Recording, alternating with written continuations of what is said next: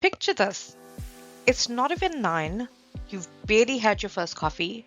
You've already answered your audit queries, followed up on overdue policies, responded to something mildly threatening from the regulator, and somehow found yourself involved in a problem you know you did not create. Fairly standard morning in risk, right? And then someone just walks past and says, "Sorry, remind me again exactly what you do?" Ah, yes. The question risk professionals know intimately. What do you do? Fair question, actually. If your answer starts with, "We identify, assess, monitor, review, report," you've probably lost them already. Welcome back, Mzansi, to the relaunch of Risk Roots. We've taken a little break, life happened, but we're back. This season, we're getting back to the basics. 5 minutes, real conversations. This year, we're doing something slightly uncomfortable. We're unlearning risk management, or rather, unlearning what most businesses have turned risk management into. The awkward little question, what do you do?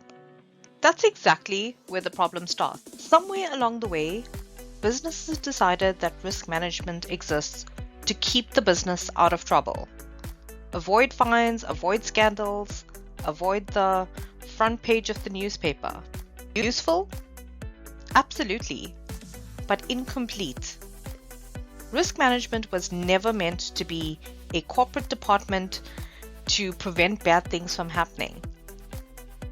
It was never meant to be a function that appears after decisions are made, or to document things we should have thought about earlier. Yet, that's exactly where most risk teams live.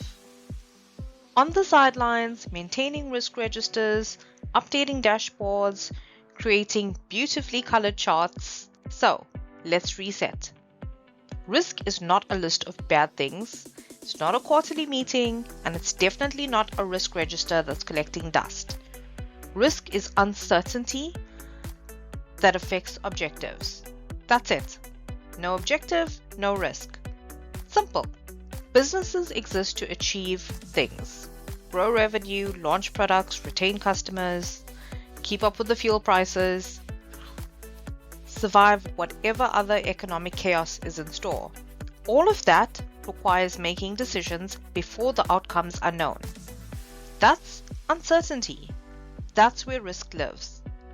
Which means risk management was never designed to eliminate failure completely, because unless you've solved time travel, that's just not happening. Risk management exists to support better decisions.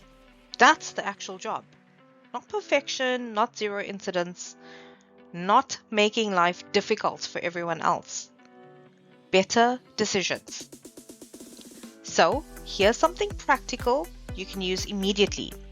The next time someone talks to you about risk management, ask them, what is the one decision that risk is helping you make better? Not what's on your risk register, what does the policy say, have you done your checklist? Ask, what are we trying to achieve? What could knock us off course? What assumptions are we making? Are we choosing to accept this, and why? Because if risk is not influencing a real decision before it happens, it's not really risk management. Risk has become synonymous with paperwork, approvals, templates, policies, and people are just not using it. This season, we need to change that. We need to unpack why risk became paperwork, why frameworks get blamed when they're usually just badly applied, why culture will outperform controls far more often than people care to admit. Risk is not a department, it's not a document, and it's not a ritual. It's a decision-making capability.